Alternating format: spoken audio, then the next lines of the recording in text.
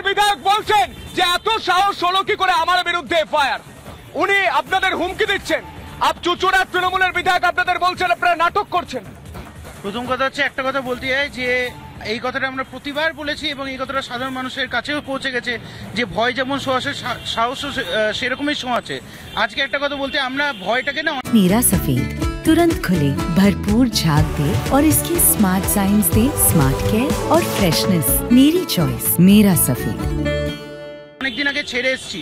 আজকে এই যে বিরূপাক্ষ বিশ্বাস, এই যে আমাদের অভিজ্ঞ, এরা ওপেনলি এসে কি করে স্টেটমেন্ট দেয়, তারা বলে যে কি না আমরা কিছু প্রো গভর্নমেন্ট, তাদের এগেস্টে যারা অভিযোগ করছে সেটা প্রত্যেকটা সাধারণ ছাত্রছাত্রী, আমাদের ডাক্তারি প্রত্যেকটা মেডিকেল কলেজের ছাত্রছাত্রী তাদের অভিযোগ আছে। তাহলে কি সবাই মিথ্যা কথা বলছে? উনি নিজে এটা বলে কি প্রমাণ করতে যাচ্ছেন যে আমরা প্রো গভর্নমেন্ট কিছু ডাক্তারদের এগেন্স্টে এটা ষড়যন্ত্রই? তার মানে কি উনি এটাই বলতে যাচ্ছেন যে হ্যাঁ ওনাদের দোষ আছে কিন্তু ওনারা প্রো গভর্নমেন্ট, তার মানে কি এটা গভর্নমেন্টের আড়ালে হচ্ছে? দ্বিতীয় কথা, জানে অবশ্যই সেটা জানা উচিত এবং এই পরিস্থিতিতে জানা উচিতই। আমরা যদি একটা সাধারণ মানুষ, আমরা যদি একটা সাধারণ ছেলে হই, মেয়ে হয়, একটা সাধারণ ঘরের ছেলে মেয়ে হয়ে ডিউটি করতে গিয়ে আমাদেরকে যদি এগুলো ফেস করতে, আমরা যদি বারবার করে তার কাছে পৌঁছে দিই, তার সাথে মিটিং হয়, সেখানে তিনি জানবেন না, এটা তো অস্বীকার করার কোনো জায়গা নেই। জেনেও না জানার ভান করছে কারা? জেনেও না জানার ভান করছে কারা? কেটা না, দেখুন আজকে যারা যখন সারা বাংলায় ডাক্তারদের পাশে দাঁড়িয়েছে আর যখন তৃণমূলের নেতারা এমএলএরা তাদের বরাবর অ্যাটাক করছে, আজকে সরকারের বা মুখ্যমন্ত্রীর ওদের বিরুদ্ধে কোনো পদক্ষেপ না নেওয়াটাই দাঁড়াচ্ছে যে মুখ্যমন্ত্রীও আর এই সরকারও প্রশাসন আর তৃণমূল সবাই এই ডাক্তারদের বিরুদ্ধে দাঁড়িয়েছে। এটাই তো আজকে হুমায়ুন কবির যে কথাটা বলছে তার বিরুদ্ধে কোনো পদক্ষেপ হয়েছে? হয়নি, মানেই হচ্ছে তৃণমূল পাশে দাঁড়িয়েছে।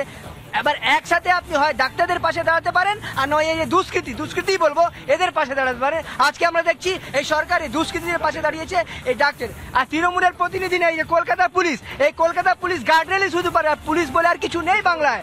আপনি দেখবেন এই পুলিশকে আমরা প্রশ্ন করছি, এই যে কলকাতা পুলিশ, আপনারা তৃণমূলের নেতাদের প্রোটেকশন দিতে পারেন। এই যে কেষ্ট এসছে না, কেষ্ট দেখবেন ভুড়ি পুলিশ নিয়ে ঘুরছে, কিন্তু আরজি করে সেদিন পুলিশ ছিল না। আরজি করে জুনিয়র ডাক্তাররা প্রোটেকশন পায় না, সাগর দত্তের জুনিয়র ডাক্তাররা সুরক্ষা পায় না, কিন্তু কেষ্ট মন্ডল, অনুব্রত মন্ডল এসেছেন, তার আগে পিছে পুলিশ ঘুরছে।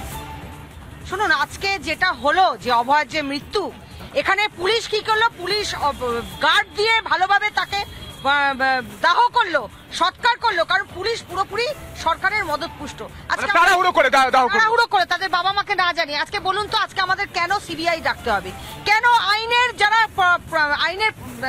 আইনের দায়িত্বে যারা আছে পুলিশ কেন ব্যাপারটাকে সুরাহা করবে? পুলিশের তো উচিত ছিল।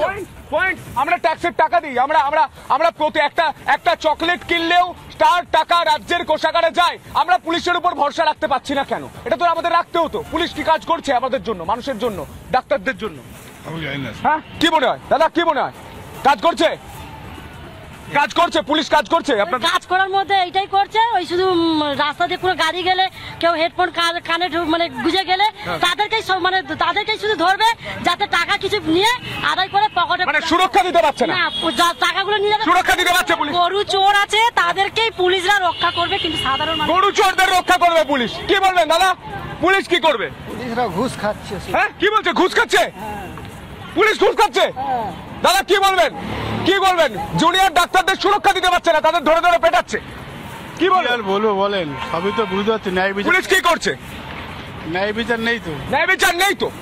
নেই তো। মানুষ বলছে, গোটা বাংলার মানুষ আপনাদের সঙ্গে রয়েছে। অবশ্যই থাকাটাও উচিত এবং আমাদের সঙ্গে এতদিন যে আন্দোলন চলেছিল তার সঙ্গেও মানুষ পাশে ছিলেন, তার জন্য তাদের সংগ্রামী অভিনন্দন আমরা জানাই, সব সময় জানাতে থাকবো। কিন্তু আমার মাত্র দুটো কথা আছে।